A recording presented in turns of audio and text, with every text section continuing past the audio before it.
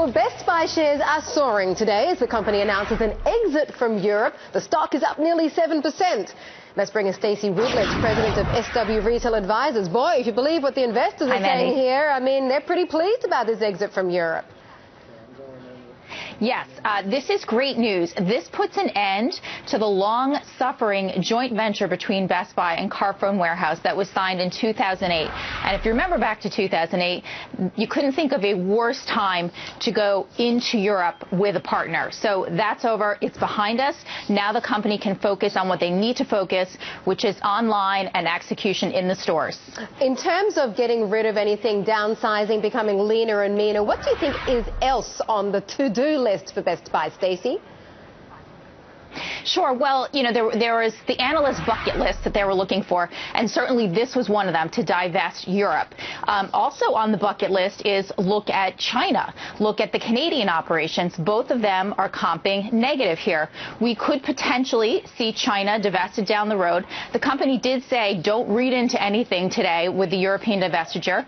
But also I think the real focus here is conversion rates on the online business are so far below the competition. If they can just get that even up 100 basis points, that would make the biggest difference here. I'm really glad that you brought up the online issue here, Stacey, because obviously there's a big push to have the online sales tax, right? How great would that be for Best Buy, or might that be a case of a little bit too little too late for the company? No, I think it would be great for everybody in the brick and mortar business, and this is why everybody is supporting it, from Walmart to Best Buy. It makes sense to level the playing field. Some states have already done it, but you certainly want to level the playing field.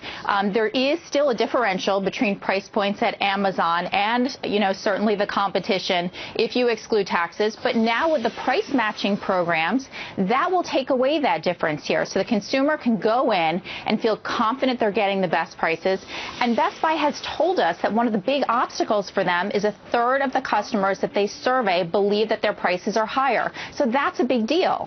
That is a huge deal. I mean, these are a lot of things that could potentially move the needle for the stock. Or do you think, when you consider that year to date, this stock is up 117%? It's hard to believe, isn't it? 117% year to date. Do you think a lot of the good news is already priced in, Stacey? Sure. Well, this stock is up over 100%, as you just said, year to date here. So to get in front of it now, when let's say that a lot of the things on the bucket list have started to be checked off, and Hubert Joly and his team have done a great job in doing these things ahead of schedule. So I think going forward, you know, now the real key is, can they get the consumers online? Can they get those conversion rates up? Can they stabilize margins? And are we going to see sales stabilize for the long term? I think that's the next leg of the story, and that may be a little bit harder than divesting operations that are somewhat of a distraction. And I bet Brian, every time he looks at the share price so far this year, is kicking himself because it was his draft pick last year.